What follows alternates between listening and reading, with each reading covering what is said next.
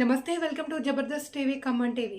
ఖమ్మం మధురానగర్ శ్రీనగర్ కాలనీలో వెంచేసిన శ్రీ శ్రీ శ్రీ భువనేశ్వరి మాత శ్రీ శ్రీ శ్రీ రాధాకృష్ణ దేవతా సహిత శ్రీ శ్రీ శ్రీ సమత్క సద్గురు సాయిబాబా మందిరంలో పంచమ వార్షికోత్సవాలు అంగరంగ వైభవంగా కొనసాగుతున్నాయి. ఈ ఉత్సవాల్లో భాగంగా స్వామివారికి అభిషేకం, పుష్పాభిషేకం, కుంకుమ పూజ, అన్నప్రసాద వితరణ అత్యంత నియమనిష్టలతో జరిపించారు. ఈ సందర్భంగా మహాదేవ శర్మ దేవాలయం అర్చకులు, నిర్వాహక ప్రతినిధులు జబర్దస్త్ టీవీ ఖమ్మం టీవీతో మాట్లాడారు.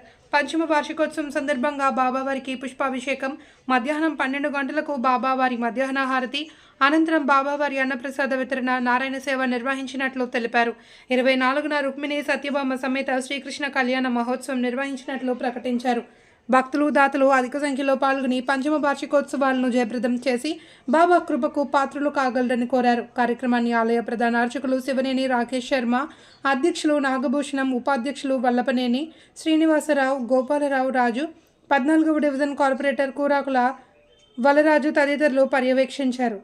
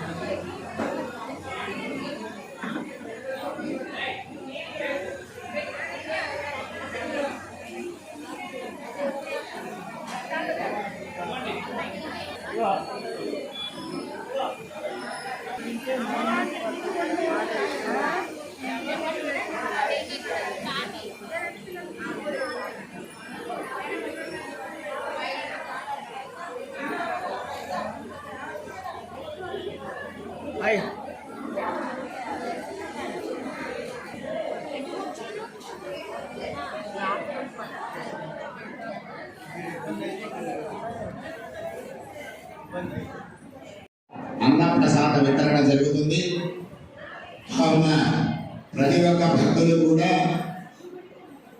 ఆ యొక్క స్వామివారి యొక్క అన్నప్రసాదాన్ని స్వీకరించి వెళ్ళవలసిందిగా మనం చేస్తూ ఉన్నామండి. అందరూ కూడా గౌరీదేవిని తయారు చేసుకోండమ్మా.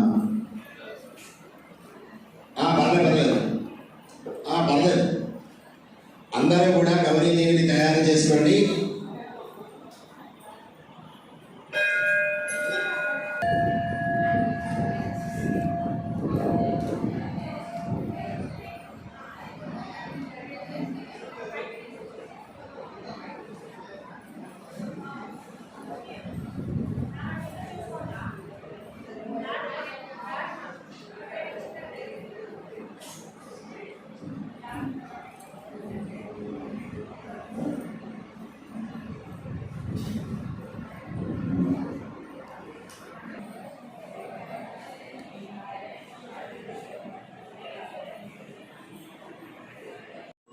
స్వామివార్ల అలంకరణ, పూజా కార్యక్రమాలు దిగ్విజయంగా చేసుకున్నాం.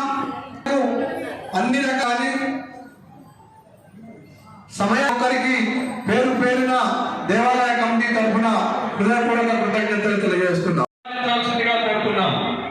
అదేవిధంగా ఈ యొక్క పంచమ వార్షికోత్సవ కార్యక్రమానికి అన్ని రకాలుగా సహాయ సహకారాలు అందించినటువంటి ప్రతి ఒక్కరికి కూడా బాబావారు అష్టైశ్వర్యాలు, ఆయురారోగ్యాలు ప్రసాదించాల్సిందిగా 2 నిమిషాల్లో కుంకుమ పూజ ప్రారంభం కాబోతుంది.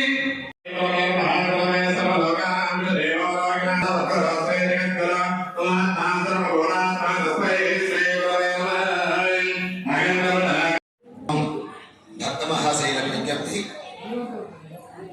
ఖమ్మం నగరం మధురానగర్ కాలనీ 12వ లైన్ నందు వేయించేసి ఉన్నటువంటి సమర్థ సద్గురు సాయినాథ స్వామి వారు, రాధాకృష్ణ దేవతలు, అదేవిధంగా భువనేశ్వరి మాత దేవతా ప్రీతిగా పంచమ వార్షికోత్సవ కార్యక్రమాలు అత్యంత వైభవపేతంగా నిర్వహించబడుతున్నాయి. మొదటి రోజున నవావరణయుతంగా అన్ని దేవతలను ఆవాహన చేసి సహస్రనామాదులతో పూజ చేయటం జరిగింది. సాయంత్రం నీరాజన మంత్ర పుష్పాలు, అదేవిధంగా రెండవ రోజు కార్యక్రమంగా మహాకాళి, మహాలక్ష్మి, మహాసరస్వతి ఆత్మక త్రిమూర్తి స్వరూపిణి భువనేశ్వరి మాతకు దేవత ప్రీతిగా చండీ మహోత్సవం, చండీ హోమం నిర్వహించబడింది.